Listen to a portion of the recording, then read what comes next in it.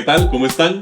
Bienvenidos a el podcast de Comunidad Nexo, hoy en el episodio 83, y tenemos realmente dos invitados muy especiales, doctor Roberto Carrera, profesor Rodrigo Sánchez, ¿cómo están? Muy bien, gracias. Muy bien, sí. Bienvenidos, de verdad, gracias por estar con nosotros en este podcast. Los profesores son profesores del Seminario Teológico Bautista del Sur, que nos están acompañando en una conferencia que hemos llamado Justificación de la Verdad a la Vida, y van a estar dando sus plenarias y también estarán teniendo la posibilidad de compartir la palabra en algunas iglesias locales también. Y han estado con nosotros este tiempo, y para nosotros es realmente un gusto poder grabar un podcast con ustedes, conversar un poco acerca de lo que ustedes hacen, un poco también acerca de cómo ven personas que están en sus posiciones, lo que está pasando en América Latina, en la iglesia latinoamericana, qué perspectivas tienen, y también preguntas tan interesantes como el vínculo entre el estudio formal en el seminario y la aplicación ministerial en la iglesia local. Así que es parte de lo que queremos ver hoy. Tal vez les diría si muy rápidamente nos pueden decir 2, 3 palabras acerca de cada uno de ustedes, quién son, qué rol que desempeñan, y para que los podamos conocer. Claro, yo trabajo en Southern, en el Seminario Teológico Bautista del Sur. Soy el director del programa hispano y también soy profesor de estudios bíblicos en el seminario. He estado allí ejerciendo desde el 2020, ya varios años. Y de nacionalidad panameño. Panameña, así es. Rodrigo, argentino. Créanlo o no, el Señor salva a los argentinos también. Y sí, también trabajo en el programa hispano de Southern Seminary como el asistente director en este momento. Sirvo también como uno de los pastores en mi iglesia, Hunsinger Lane Baptist Church en Louisville, Kentucky. Y sí, estoy ahí en Southern ya hace 5 años. Oh. También sirvo como profesor adjunto de interpretación del Nuevo Testamento. Tuvimos la oportunidad de que los profesores nos acompañaran, en virtud también de que algunas personas de Comunidad Nexo estamos matriculados en el programa de la maestría del seminario, y ahí ustedes son profesores, habíamos coincidido, y en algún momento habíamos visto que habían tenido un evento en El Salvador, y a partir de eso pudimos identificar que existía la posibilidad de que vinieran, y pues con mucha gracia lo aceptaron y han estado por acá con nosotros. Ha sido un tiempo lindísimo. Tal vez la pregunta es, si hay alguien que nos está viendo y no ubica qué es un seminario, tal vez en este país no tenemos necesariamente la misma cultura que puede haber en otros espacios. ¿Qué es un seminario teológico?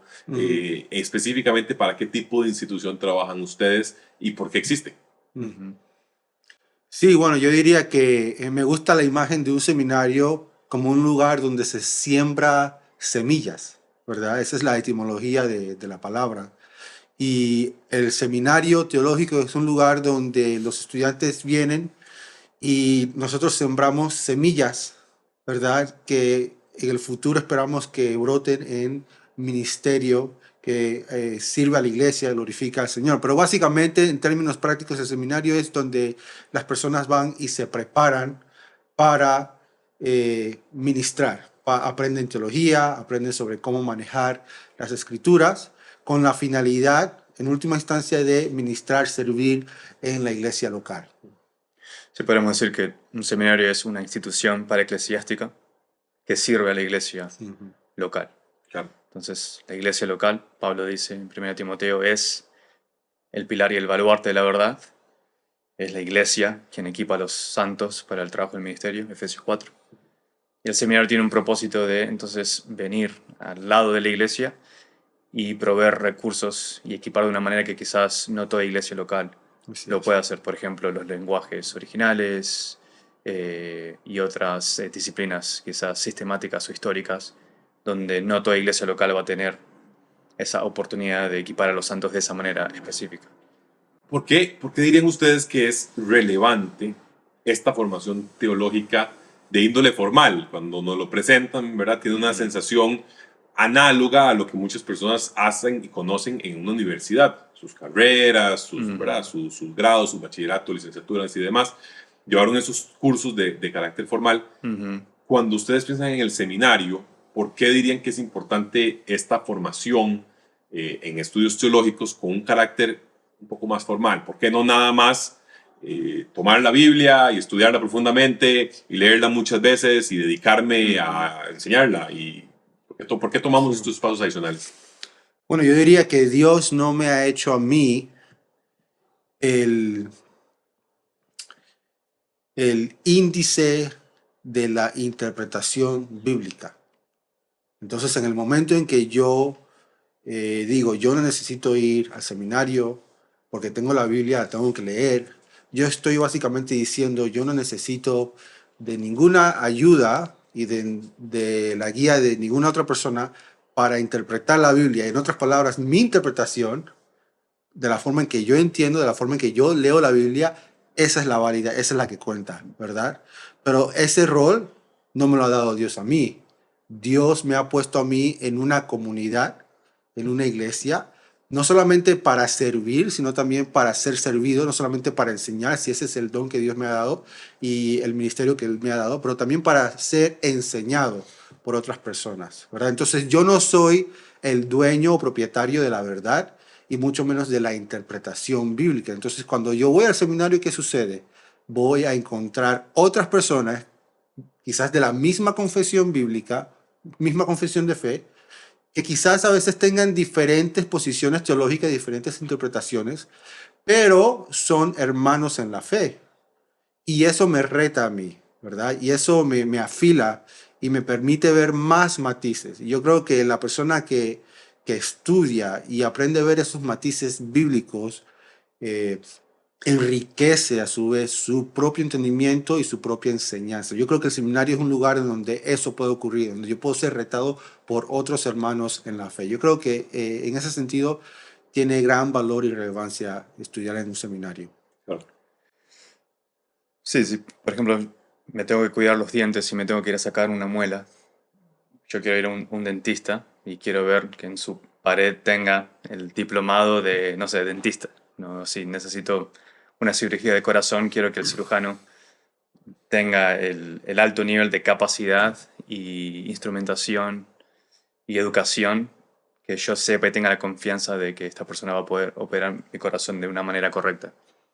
Lo dije anteriormente, la iglesia es el pilar y el baluarte de la verdad, eh, pero si pensamos en carreras seculares, por decirlo así, por ejemplo un cirujano, y la alta calidad que se espera que esa persona tenga, los años de estudio que esa persona necesita que tenga para operar mi boca o mi corazón, cuánto más quisiéramos o necesitamos que nuestros pastores, nuestros líderes en la iglesia local tengan esa capacitación y haber pasado años estudiando las escrituras de una manera disciplinada y una manera apartada para poder entonces predicar el evangelio de una manera eficaz.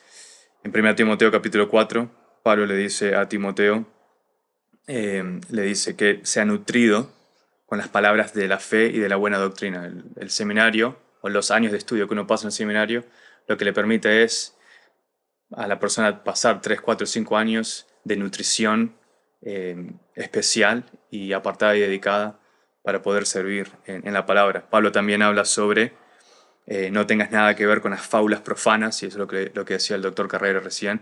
El seminario te expone a otros tipos, otros sistemas filosóficos y de pensamiento para que sepamos cómo responderlos o responder a ellos con el Evangelio. Sí.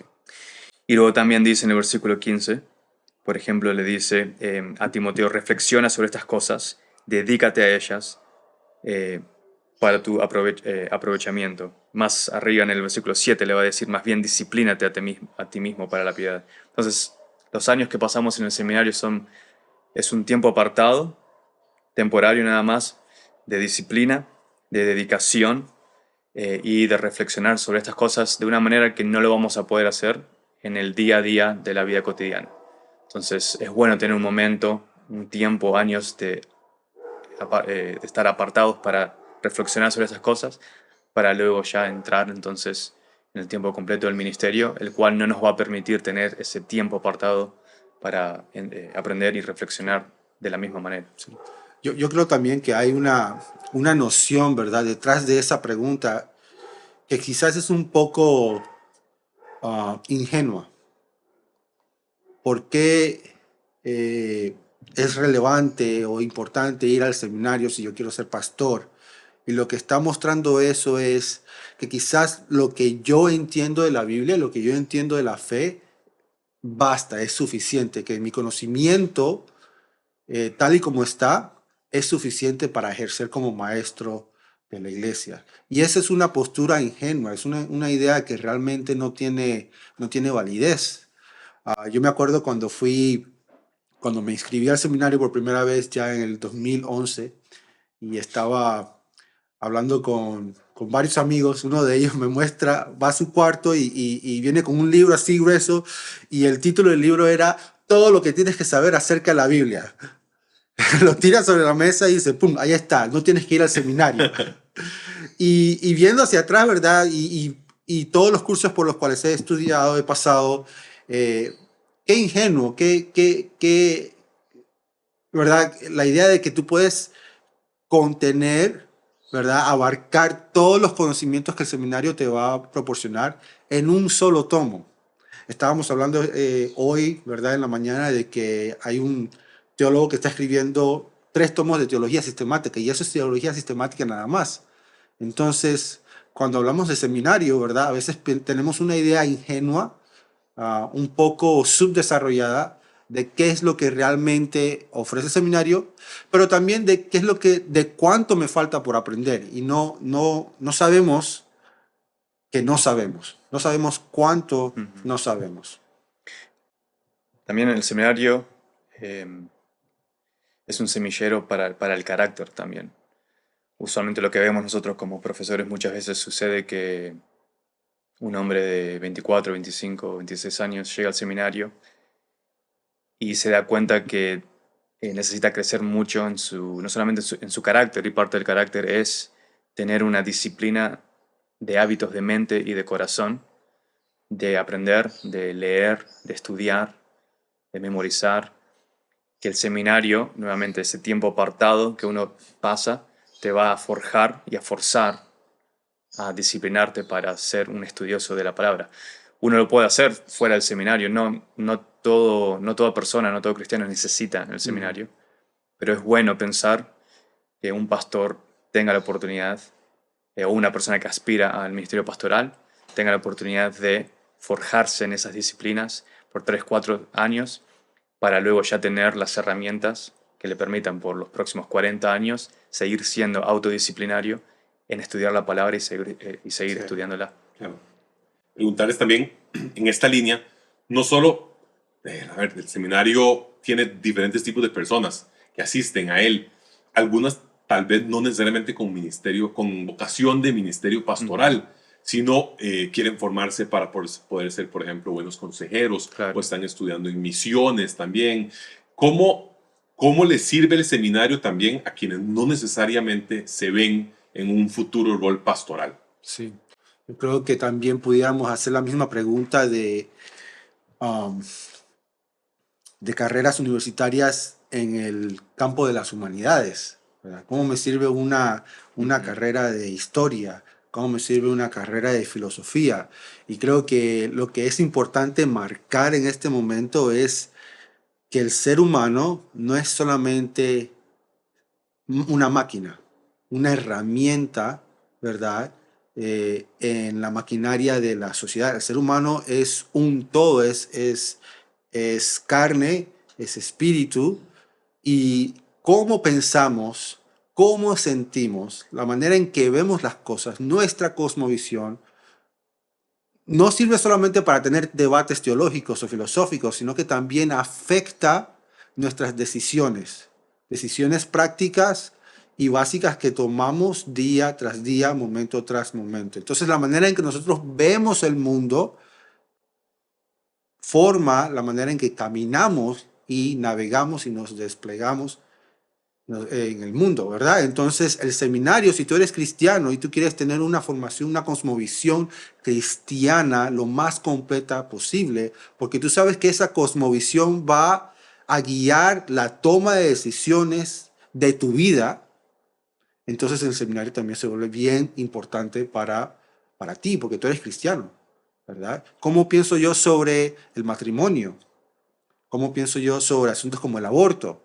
Cosas que no solamente son temas que los pastores tienen que abordar, sino son temas que quizás la persona, digamos, de a pie, el cristiano que no es ministro, que no sirve de manera en un ministerio de enseñanza, pero que es confrontado con esas preguntas día tras día. Y él tiene que tener respuestas, ¿verdad? Todos nosotros somos llamados a tener respuestas por la fe que profesamos. Y eso no solamente se aplica a los pastores, sino a todos los cristianos. Sí, una pregunta importante sería, ¿quién es responsable por la sana doctrina? Mm. Pablo le escribe la carta a las iglesias de Galacia, la epístola a los Gálatas. Conocemos que la epístola a los Gálatas es profundamente polémica y crítica. Pero cuando Pablo les habla a las iglesias y dice en el versículo 6, capítulo 1, me maravillo de que tan pronto ustedes hayan abandonado a aquel que los llamó para seguir un evangelio diferente. No, Pablo no se maravilla o se asombra de que los pastores de las iglesias en Galacia se han apartado del evangelio, sino que ustedes, todos en la iglesia. Entonces es importante reconocer que no son solamente los pastores de una iglesia que están llamados a guardar la sana confesión del evangelio, sino que es la iglesia misma que es llamada a hacer eso. Por ejemplo, Mateo 16, Jesús le dice a Pedro y a los discípulos que sobre esta roca voy a construir mi iglesia. La roca es Pablo el confesor, es decir, la confesión que Pedro, perdón, no Pablo el confesor, Pedro el confesor, la confesión que Pedro confiesa. Sabemos porque luego en Mateo 18 Jesús utiliza las mismas frases de la llave de los reinos. Entonces la llave de los reinos, que es la autoridad de la iglesia, de afirmar la verdadera confesión del evangelio, es otorgada no solamente a los líderes de la iglesia, sino a la iglesia en sí, a los miembros de la iglesia, podríamos decir. Entonces todo miembro de toda iglesia tiene que reconocer que todos somos responsables de defender y proclamar y guardar la sana confesión, la sana doctrina del evangelio de Jesucristo.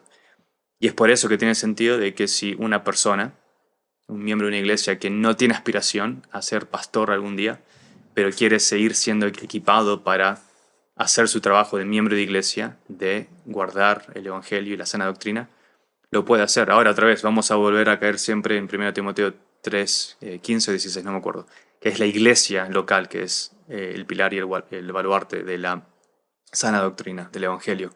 Entonces la iglesia local equipa a los santos para el trabajo del ministerio, Efesios 4, pero eso no quiere decir que un miembro de una iglesia que no aspira a ser pastor no pueda aprovechar también, si tiene el tiempo suficiente, las finanzas suficientes y el aval, por decirlo así, de sus pastores y el ánimo de sus líderes, de tomar clases en un seminario para seguir y profundizando ese equipamiento que necesita todo cristiano. Sí, justo, razón por la cual también vemos que no solo personas con vocación pastoral, sino también personas o varones sin vocación pastoral y mujeres también son parte del seminario, estudiando y tomando cursos para aprender, pues, como se bien decía, para poder tener esa responsabilidad personal por la sana doctrina, por la preservación del evangelio como parte de una iglesia que también son.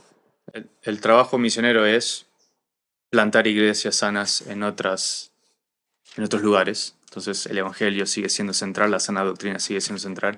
La consejería bíblica es aplicar la sana doctrina y la palabra de Dios a la vida de todo cristiano con el propósito final de que la iglesia sea una iglesia pura, todos los miembros trabajando de una manera adecuada, Efesios capítulo 3. Sí.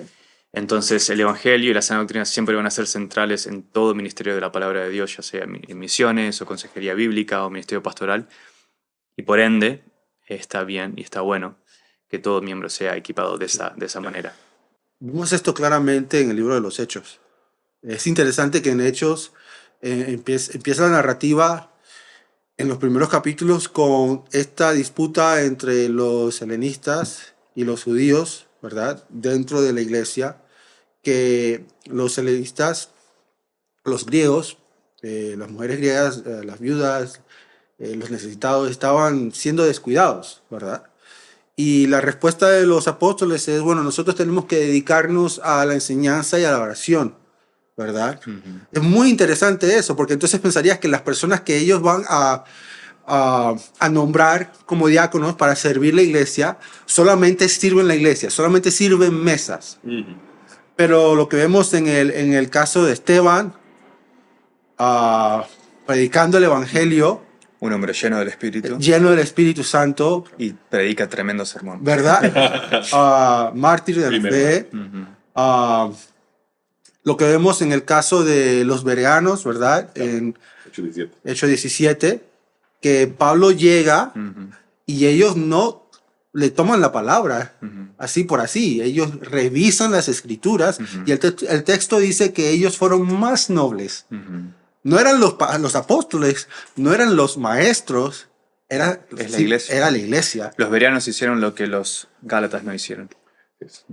Chequear, revisar la escritura, ¿no? Porque les encontrar las escrituras para ver. Sí, y estudiar. Entonces, en Hechos vemos que toda la iglesia está involucrada en el ministerio de compartir el evangelio, enseñar las escrituras, servir unos a los otros, toda la iglesia.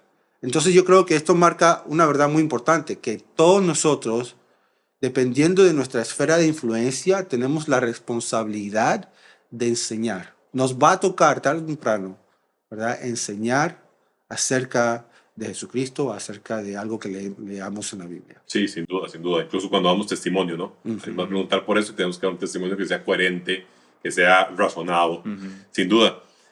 Esto me lleva precisamente a la condición que ustedes están haciendo entre la formación teológica y la iglesia local. ¿Cómo vemos? Creo que algunas veces habrá quien levante la preocupación de que a nivel de formación teológica se llega a esos pensamientos teológicos abstractos y discusiones teológicas y filosóficas, pero luego la iglesia local, podría alguien levantar la objeción y dice, no, pero la iglesia local no termina viendo el vínculo con esto. Ujú. ¿Cómo vemos esa relación entre la formación teológica formal, la formación en el seminario, con el vínculo en la iglesia local? Lo primero que diría es, por ejemplo, abro mi Nuevo Testamento y la gran mayoría de los textos del Nuevo Testamento son cartas dirigidas a quién, a la iglesia local. La epístola de los Romanos, por ejemplo, es un seminario en 15 capítulos, no, perdón, 16 capítulos. Pero está dirigida a una iglesia local.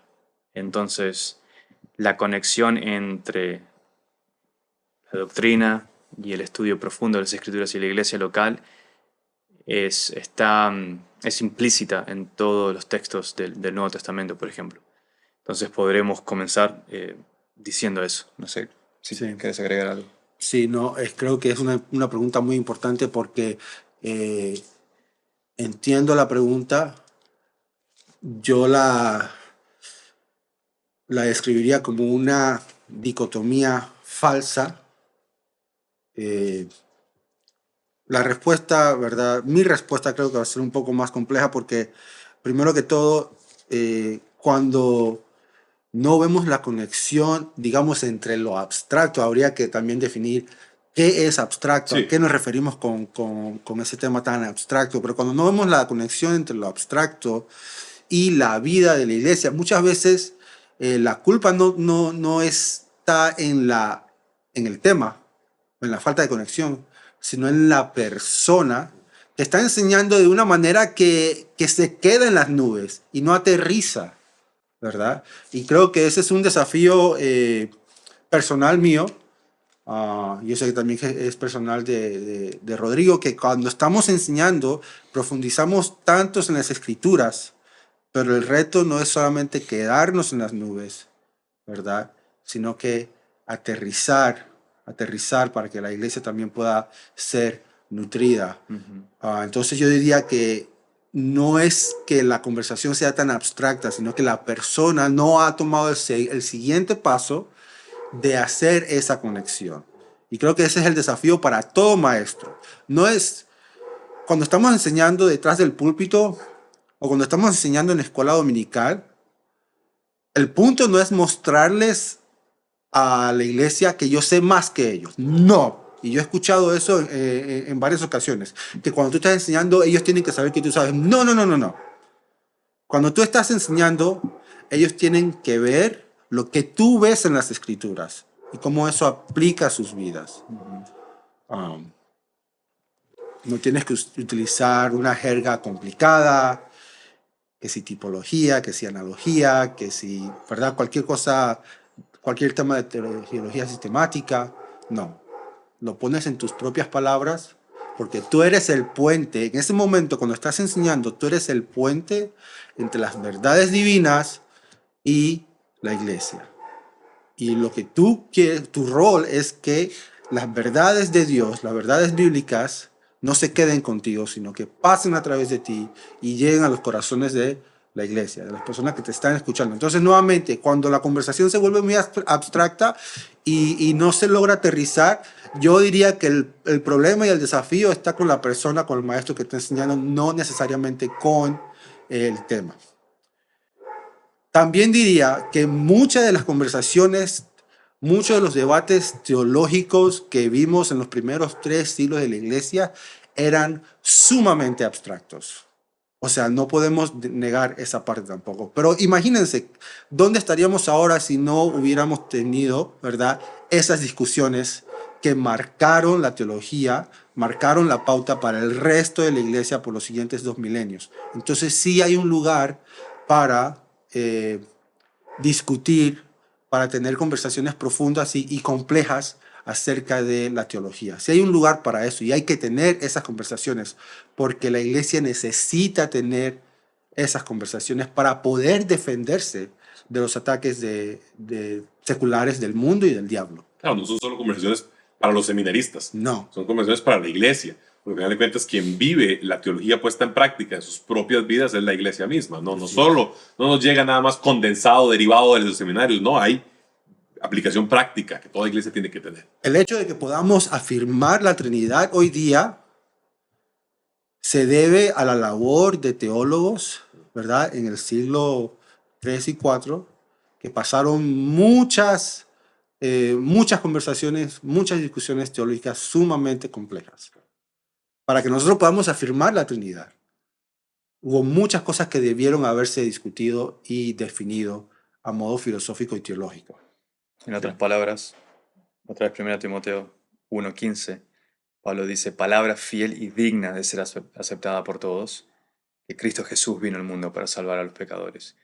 Es palabra digna de ser guardada y defendida. Y sí, eso a veces significa que hay que defenderla al nivel abstracto, ¿no? Que Cristo Jesús vino al mundo para salvar pecadores. ¿Quién es este Cristo Jesús? Hay que defender las verdades que contienen la palabra fiel y digna de ser aceptada. Y al otro que se refería el doctor Carrera es que Pablo también le dice a Timoteo en 1 Timoteo 1, versículo 5, que el propósito de nuestra instrucción es el amor. Nació de un corazón puro, una buena conciencia y de una fe sincera. Y esto lo contrasta al versículo 3 cuando habla de personas que enseñan doctrinas extrañas. Es decir, las doctrinas extrañas no llevan al amor, llevan a la vana palabrería, como dice también Pablo. Claro. La sana doctrina lleva al amor. ¿El amor dónde? En el contexto de la iglesia. Entonces la conexión entre el defender la palabra fiel y digna, en el punto abstracto, esa instrucción sobre quién es Jesús, quiénes somos nosotros a la luz del Evangelio, no es abstracto, lleva al amor y a la práctica del amor cristiano en la iglesia, en la iglesia local, y es doctrina de acuerdo a la piedad. Entonces, sí, y lamentablemente lo vemos de vez en cuando en algunos estudiantes, por ejemplo. Cuando tú ves un gran intelecto, pero muy poca madurez espiritual, la forma en que interactúan con otros estudiantes, la forma en que interactúan con el profesor, cuando te escriben un correo y notas una seria inmadurez, esperamos que a través de la formación teológica y en relación con el profesor y en relación con la iglesia local, que esta persona se siga formando. Pero el problema yace cuando un cristiano aislado de una iglesia local, sana, donde se esté predicando el evangelio, donde los pastores estén formando a las ovejas, cuando un estudiante que no está ligado a una iglesia local de esa manera llega a un seminario para llenarse el coco de conocimiento y esa instrucción no llega al amor que se practica en el contexto de la iglesia local. Entonces, lo que nosotros siempre le pedimos a los estudiantes, por ejemplo, en el proceso de aplicación en Southern Seminary, es que tengan un aval de un pastor en una iglesia local. ¿Para qué? Para confirmar que esta persona está en el contexto de una iglesia local y que no están aprendiendo todas estas cosas intelectualmente fuera de ese contexto. Porque eso es lo que lleva al orgullo intelectual, a una inmadurez espiritual que al final del día sí va a malograr a la iglesia local, no va a ayudar en nada. Sí. Y muchas veces, por ejemplo, yo en consejería académica le he dicho a estudiantes, hermano, todo lo que tú me estás diciendo, por ejemplo, si hay un estudiante que no puede completar sus tareas a tiempo porque tiene problemas en familia, su matrimonio está en problemas, tiene mucha carga ministerial, a ese estudiante normalmente lo que se le dice es, hermano o hermana, este no es el momento para que tú sigas estudiando. Concéntrate en la vida de la iglesia local, en tu formación e instrucción en la iglesia local, y cuando ya estés más formado quizás y tengas un nivel nivelado de madurez espiritual, vas a poder aprovechar tus estudios más. El problema es cuando un estudiante llega al seminario pensando que es el seminario quien los va a ayudar a crecer espiritualmente. Y no es así, es la iglesia local. El seminario solo viene al lado de la iglesia local para aportar y apoyar y dar quizás lo que una iglesia local no puede dar al nivel académico. Claro. Sí, es difícil para una iglesia local, por ejemplo, traer enseñanza en idiomas, Claro, ese tipo de temas cosas. sistemáticos, Sí. de manera rigurosa es difícil, claro, ya Sí. en la operativa constante de una iglesia local. Pero la iglesia local sí está proveyendo relaciones, comunicación entre las personas, esta gente está creciendo, está escuchando la palabra, está sirviendo, está dando de sus dones también, Sí. donde está siendo formado, sin duda. Todos los mandamientos del uno al otro, ámense los unos a los Sí. otros, tengan paciencia, Tolérense los unos a los otros. perdónense como Dios los ha perdonado en Cristo, Efesios 5:32. Sí. Todo eso sucede en el contexto de la iglesia local. Eso no sucede enfrente de una pantalla tomando Claro. una clase o interactuando por el teclado con otros estudiantes. Sucede en el contexto de la iglesia local. Hablando justamente de iglesias locales, ¿cómo desde la posición de ustedes que están recibiendo personas, el programa hispano es un programa en línea, la mayoría de los estudiantes, no conozco el dato, pero pues no sé, un alto porcentaje estará en Latinoamérica. Y somos personas que estamos llevando los cursos desde nuestros países, muchos desde la realidad de la iglesia local latinoamericana en la actualidad. ¿Qué tendencias pueden ver ustedes conversando con personas de, imagino, casi que todos los países de América Latina? ¿Qué tendencias en la iglesia latinoamericana están viendo que les llama la atención, que es interesante traer aquí, poner sobre la mesa y conversar? Bueno, a mí personalmente me ha llamado mucho la atención el hecho de que cuando viajo veo mucha sed, veo mucho interés por temas que no son necesariamente prácticos o inmediatamente prácticos. Entonces he visto muchas personas que están, muchos jóvenes universitarios de hecho, se muestran interesados en profundizar más en la Biblia y aprecian y tienen esa sed y hambre de enseñanza que es más profunda, un poquito más catedrática a veces. Entonces, eso es algo que he estado notando en estos últimos años en mis viajes. Hay una apreciación realmente desde la demográfica de la universidad por, digamos, por las cosas intelectuales. No me gusta usar esa palabra intelectual porque suena menos espiritual, pero lo cortés no quita lo valiente y uno puede ser los dos, ¿verdad? Amarás a tu Dios con toda tu mente. Sí, Pensamiento riguroso también. Exacto. Entonces, yo he visto esa sed y esa hambre en jóvenes universitarios, ¿verdad? Y eso me da a mí mucho aliento, porque lo que yo quiero es ver no solamente una iglesia que predica el evangelio, que predica la sana doctrina, pero que también que son como los bereanos, que se preocupan por profundizar, ¿verdad? Y realmente ver cómo funciona la teología sistemática, cómo funciona la teología bíblica. Entonces yo he visto esa tendencia entre jóvenes universitarios en Latinoamérica. Profesor Sánchez. Dos cosas tengo. Una, he visto modelos hablábamos recién, mientras nos tomamos un café, sobre, por ejemplo, la Iglesia Bautista Crecer en Córdoba, Argentina. Lo que los hermanos están haciendo en esa iglesia. Por ejemplo, el hermano Alberto Puente y su trabajo en la iglesia Fe en Sevilla, en España. He visto con mis propios ojos y he sido partícipe de poder ver lo que el Señor está haciendo en Latinoamérica a través de iglesias locales, y es profundamente hermoso. No, o sea, Latinoamérica o España no tiene nada que envidiarle a las iglesias en Estados Unidos, por ejemplo, que es donde nosotros nos encontramos en este momento.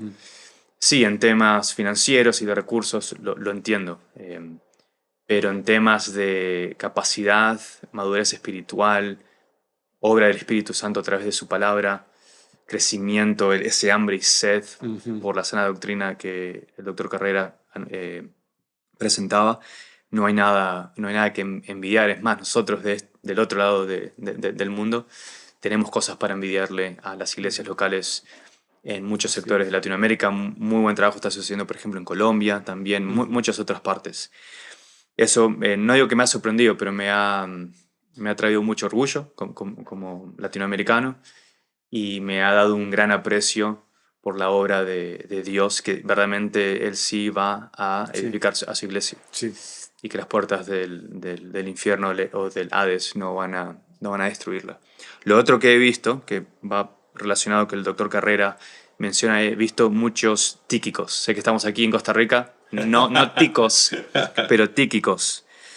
Pablo le dice a los Efesios al final, en Efesios 6, dice, pero a fin, versículo 21, a fin de que también ustedes sepan mi situación y lo que hago, todo se lo hará saber Tíquico, y dice que es un amado hermano y fiel ministro en el Señor, a quien han enviado a ustedes precisamente para esto, para que sepan de nosotros y para que consuele sus corazones. Tíquico Tíquico también es nombrado, creo que en Gálatas, en otras partes, también como un amado hermano, es decir, es un hermano que ha amado a la iglesia local y que ha vivido tal vida de amor a la iglesia local que el mismo Pablo puede decir es un amado mío, tiene un bond. Una conexión, un nexo. Un vínculo, un nexo Wow. de amor con la iglesia local, y es un fiel ministro. Yo es algo que he visto mucho, que hay muchos, sobre todo hombres jóvenes aspirando al ministerio pastoral, que han ciertamente identificado que la fidelidad a la palabra de Dios y la fidelidad a sus familias y la fidelidad a la iglesia local es, digamos, el registro que necesitamos hoy en día en toda iglesia, ya sea en Latinoamérica o en Estados Unidos. Es hombres fieles a sus familias, a la palabra de Dios, a la iglesia local. Y Tíquico es tal persona que él consuela los corazones, o sea, tiene un corazón humilde, un corazón pastoral, de poder utilizar todo este conocimiento del que estamos hablando y aplicarlo a la vida, por ejemplo, de la viuda que se acaba de quedar sin esposo, o a la madre que acaba de perder a su hijo, o al hombre que acaba de perder su trabajo, o al niño que acaba de perder a su madre o su padre. Es decir, consolar los corazones de los santos a través de la palabra de Dios. Entonces, quizás para volver full circle, ¿no? al círculo de la primera pregunta, ¿por qué la necesidad de estudiar y enfocarse en los estudios y cuál es la conexión con la iglesia local? La conexión es Tíquico. Es tener ese tipo de capacidad de poder entender la palabra de Dios y aplicarla a la vida de los corazones de los santos, y crecer en amor y en fidelidad. Esos son los ingredientes que yo he visto en muchos hombres aspirando a ser pastores en Latinoamérica, que creo que nos da a decir que la iglesia en Latinoamérica tiene un gran futuro. Hablamos de la educación formal en estudios teológicos, hablamos del enfoque en América Latina. En esto tenemos la dinámica del programa hispano en línea de Southern Seminary.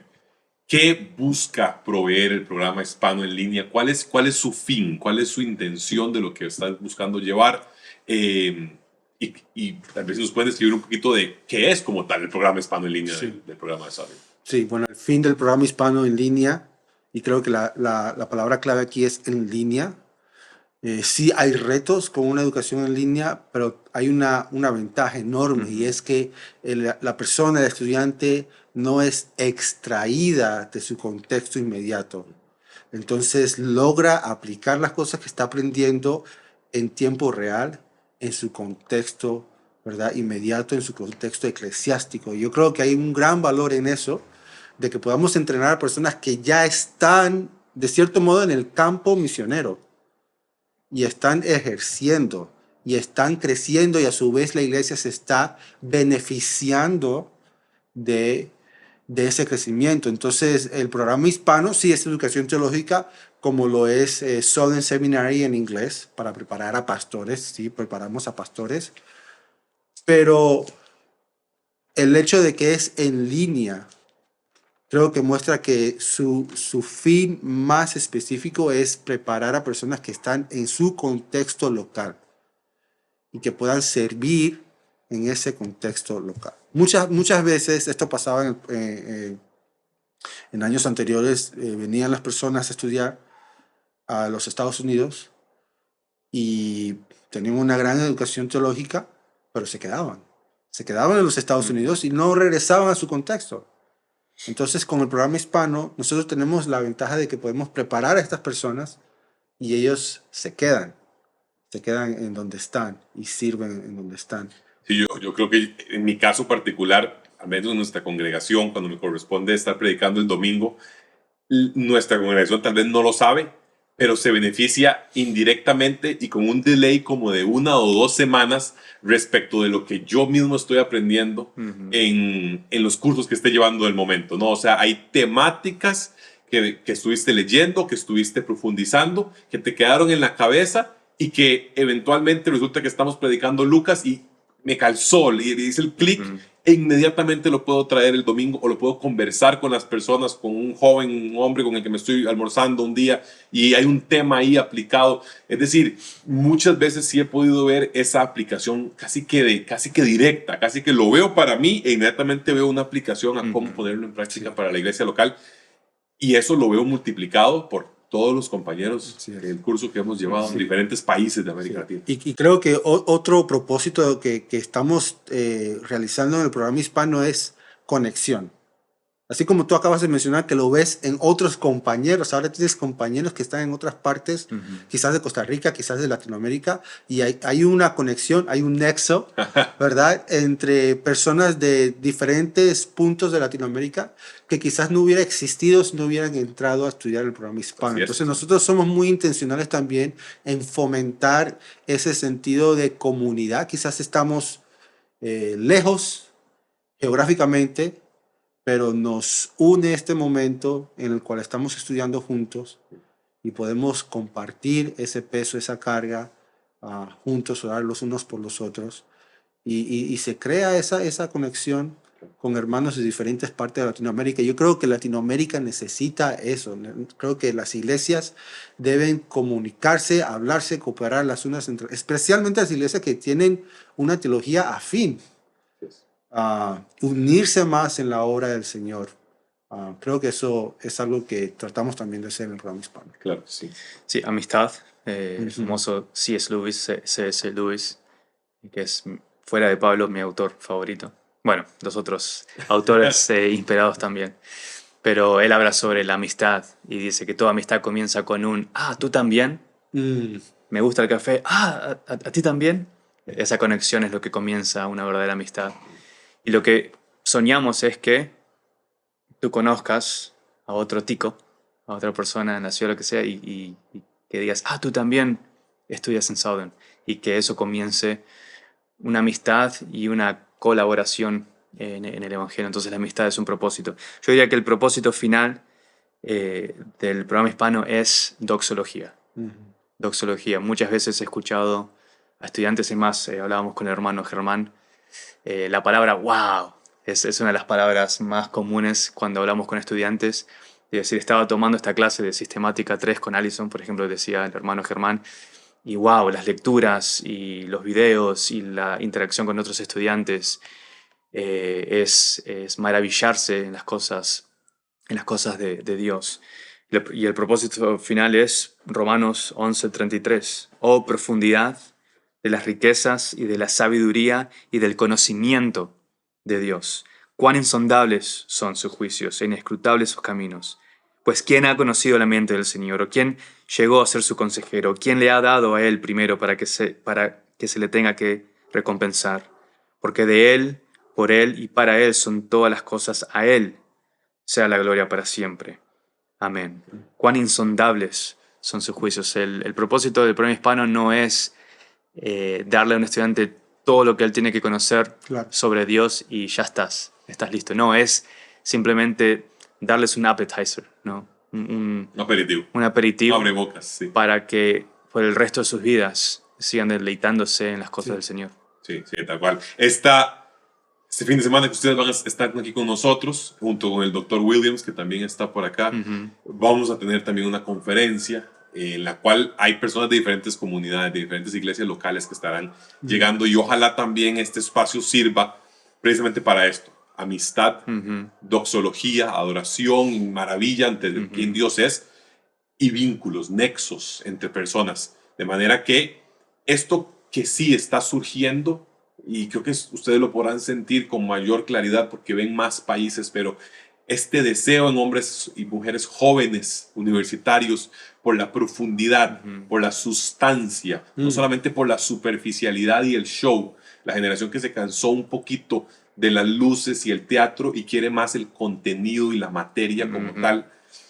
No solo en el ámbito religioso, en muchos otros ámbitos, pero en sin duda alguna, que pueda también tener esos ideales de hacerlo en conjunto, de no hacerlo solo viendo hacia adentro, ensimismado, sino de decir: esta es tu iglesia local, esta es mi iglesia local, aquella es su iglesia local, pero colaboramos cuando podemos, nos vemos cuando podemos, nos reunimos cuando podemos. Y creo que quienes estén en un rol pastoral, también corresponde ahí una dinámica de querer ser vulnerable, de querer estrechar la mano, de querer acercar la mano para decir: mira, me acerco, ayudemos, colaboremos también en estas dinámicas, ¿no? Que tal vez en algunos espacios pueden no haber sido la norma, pero ojalá lo sea también a la luz o a raíz de eventos como estos que nos permiten juntarnos y conocernos y ver que adicionalmente no estamos solos en las cosas que estamos pensando, que estamos buscando. Eso es un poco el programa hispano. Creo que lo único que queda, por supuesto, es invitar a las personas que nos ven a que ojalá, si tienen un interés, puedan revisar el contenido, puedan ver. El programa hispano en línea ofrece diferentes modalidades, ¿no? de maestría, de educación en general. Sí. Programas más largos, más completos, más, pues sí, de más materias, otros más cortos, para que quien tiene disponibilidad. Entonces, más bien, los dejo a ustedes un poquito, contarnos un poquito de cómo es el programa, es decir, que nos cuenten un poquito el detalle de cómo funciona. Sí, es un programa completamente en línea, lo cual, como decía el doctor Carrera, tienes la oportunidad de seguir sirviendo a tu iglesia y estar profundizando en las cosas de Dios al mismo tiempo. Es completamente en línea, es completamente en español, lo cual significa que todas tus clases, esa base de videos, van a ser completamente en español. Todas tus tareas van a ser completamente en español, todas tus lecturas, tus interacciones con el profesor. Si el profesor no habla en inglés, van a ser traducidas pero en vivo al español. Los videos de clase también. Tenemos profesores adjuntos que sí hablan español y tenemos profesores de la facultad del seminario que no hablan español. Lo que comenzamos a utilizar ahora es una nueva tecnología que nos facilita la traducción de estos videos de una manera que logra captar la personalidad, inclusive la voz del profesor mismo, y le da al estudiante una experiencia única de interactuar con este profesor en español a través de los videos. Tenemos asistentes de clase para todas nuestras clases que son hombres calificados a corregir las tareas, a dar retroalimentación, a interactuar con los estudiantes. Tenemos un equipo de 6 personas que siempre están dadas a ayudar a los estudiantes, a darles consejería académica, orar por ellos, darle ánimo en su ministerio. Las clases son pesadas, es una maestría, Sí. son rigurosas, Mucha lectura. mucha lectura, pero es eso lo que queremos crear, hábitos de mente y de corazón, Sí. hábitos de mente y de adoración a través de estas clases. Una clase típica va a durar 8 semanas. Casi siempre en la última semana va a haber algún tipo de, por ejemplo, un examen final, un ensayo de investigación. Tenemos un centro de escritura para aquellos que no han tomado clases a nivel de bachillerato o licenciatura por largo tiempo. Les ofrecemos a los estudiantes gratuitamente el personal del centro de escritura que los van a ayudar a mejorar en su investigación, en su redacción de ensayos, en su argumentación. Y ofrecemos también consejería académica y hasta tenemos un centro de consejería bíblica para aquellos estudiantes que quizás tengan esa necesidad personal o familiar, y todo completamente en español. Tenemos programas de consejería bíblica, de misiones, tenemos la maestría de divinidad, que es, digamos, nuestra frutilla, nuestro programa, el corazón de todo nuestro programa. También tenemos un doctorado en ministerio, para aquellos que ya se gradúan con la maestría, poder avanzar un poquito más en sus estudios. Son estudios prácticos de doctorado específicamente para la iglesia local. Así es. Eh, Así es. Y también tenemos un doctorado, ujú. ¿verdad? Ya mencionaste el El doctorado. doctorado, sí, el Timin. Entonces, Ujú, sí. Sí. Es un programa súper completo. sí. El contenido mismo del programa está disponible en internet, ¿no? Pero Sí. pues va desde lo histórico, lo sistemático, cursos Todo. específicos de idioma, exégesis. Estoy hablando aquí de la maestría en divinidad. Claro. Sí. Pero también te lleva su parte completamente... Consejería más- bíblica, Exacto. todo. Consejería, iglesia local, ministerio pastoral, predicación expositiva, evangelismo personal. Y dentro de la maestría en divinidad, el estudiante puede declarar ciertas concentraciones. No Claro. utilizamos el lenguaje de concentraciones, decimos que ellos pueden sacar certificados de posgrado en X campo, en teología bíblica, en exégesis, en consejería bíblica. Entonces hay maneras de modificar tus estudios para las cosas a las que Dios te ha llamado o para tus intereses.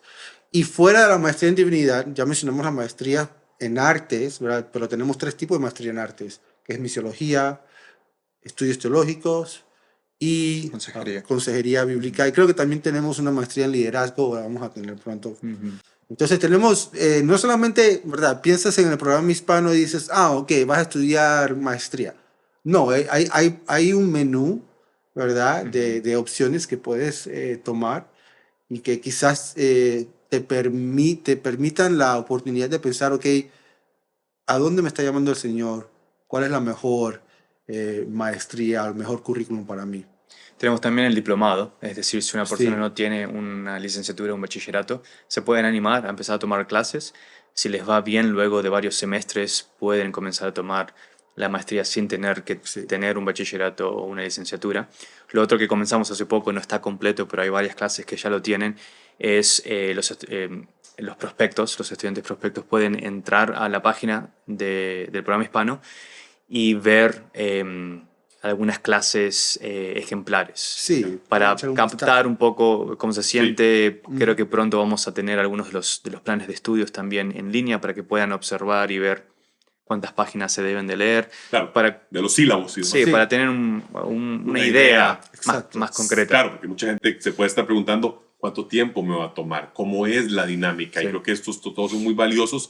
A final de cuentas, creo que sí es exigente, sí es riguroso, exigente. pero no es irrazonable. Sí. Es decir, es lograble plenamente sí. con un esquema de vida de tal vez tener Sí. tu trabajo, tal vez Ujú. servir con la totalidad de tu tiempo Se en puede la hacer. congregación.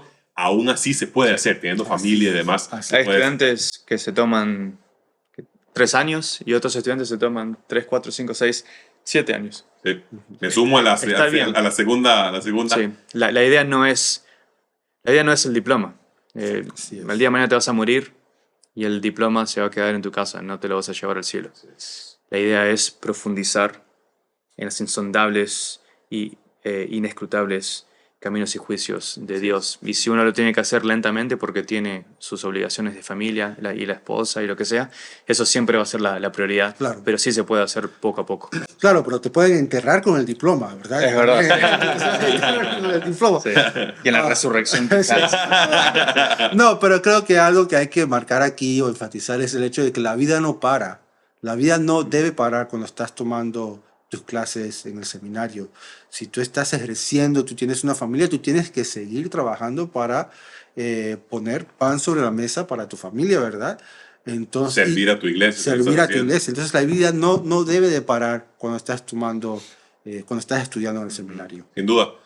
Motivarlos de mi parte y por supuesto de parte de los profesores a ver los programas, a investigar qué opciones hay, a interesarse y ojalá animarse y a escribir en todo caso. Yo recuerdo en mi caso personal, escribí, consulté y no recuerdo quién, no recuerdo su nombre, me guió muy bien a las opciones que tenía. Samuel García. Puede que sea don Samuel García, sí, exactamente. Así que, pues nada, de verdad que agradecerles el tiempo, profesores, por venir acá, contarnos acerca de lo que ustedes están viendo, de una posición muy particular, viendo América Latina desde Louisville, Kentucky, pero también estando fuertemente vinculados con lo que se está haciendo aquí, teniendo raíces también latinas. Para nosotros es un gusto y de verdad que para las personas que nos escuchan, ojalá también pueda ser esto mucha bendición. Profesor, no sé si usted quiere cerrar con alguna referencia bíblica que luego que estaba buscando. Quería, pero no es la que pensaba, pero sí puedo cerrar con otra. Claro. Si quieres, di algo más hasta que la encuentre. Claro, por supuesto. No, a ver, en medio de esto creo que para nosotros la intención como comunidad, también aquí hablando a las personas que son parte de nuestra comunidad, es, siempre lo hemos dicho, ha sido parte de nuestra comunidad y es, nosotros no queremos un lugar en el que las personas solo vienen, se sientan y hacen así. Claro. Sino queremos un lugar donde las personas piensan y por dicha puedo decir con mucha humildad, es un lugar donde las personas nos preguntan mucho. Hay muchas preguntas después del domingo o después de lo que se enseñó, lo que se comentó en el podcast, o en general de temas adicionales que no se están viendo, los cuales también me gustan, porque significa que la gente está aprendiendo por sí misma. Así que ojalá que este tipo de cosas motiven también a nuestra congregación a inquietarse con la dinámica y tantos como puedan, quieran incluir sus estudios, excelente, buenísimo, tanto como se pueda. Profesor. Sí, unos versículos del Salmo 119 y observen la conexión entre el guardar la palabra y atesorar la palabra y la doxología, la bendito seas tú, Señor. ¿Cómo puede el joven, Salmo 119, versículo 9, cómo puede el joven guardar puro su camino? Guardando tu palabra. Con todo mi corazón te he buscado. Entonces lo buscamos con toda nuestra mente, con todo nuestro corazón. No dejes que me desvíe de tus mandamientos. En mi corazón he atesorado tu palabra para no pecar contra ti. Bendito tú, oh Señor. Enséñame tus estatutos. ¿Quieres que ore? Sí, por favor. Señor, te pedimos que nos ayudes a conocer tu palabra, a atesorar tu palabra, a estudiar tus juicios, tus caminos, con el propósito de que podamos alabarte en verdad y que podamos vivir en santidad. Señor, te pedimos que todo nuestro trabajo intelectual sea también el abrazar tu palabra con todo nuestro corazón y que sea tu palabra la que transforme nuestras vidas. Señor, pedimos por cada uno de nuestros oyentes el día de hoy, que ya sea que tomen clases de seminario o no, Señor, que inclines sus corazones a querer atesorar tus mandamientos y conocer tu palabra. Señor, te pedimos que nunca nos cansemos de las incansables profundidades de los juicios de Dios. Te pedimos que nunca nos cansemos de maravillarnos cuando pensamos en el Evangelio. Señor, te pedimos por las iglesias en Costa Rica y en toda Latinoamérica, que las sigas construyendo y edificando. Señor, te pedimos que llames a más y más pastores equipados y fieles para liderar a tu pueblo. Y Señor, que tu pueblo sea una bendición para todo Latinoamérica. Oramos estas cosas en el nombre de Jesús. Amén. Amén. Profesor Carvera, profesor Sánchez, gracias por estar con nosotros, gracias por acompañarnos. A quienes nos escuchan, gracias por escucharnos. Pueda compartirlo con quien usted guste. Si alguien vino a su mente también, pueda compartirlo con ellos. Y este fue el podcast número 83 de Comunidad Nexo. Hasta la próxima. Gracias.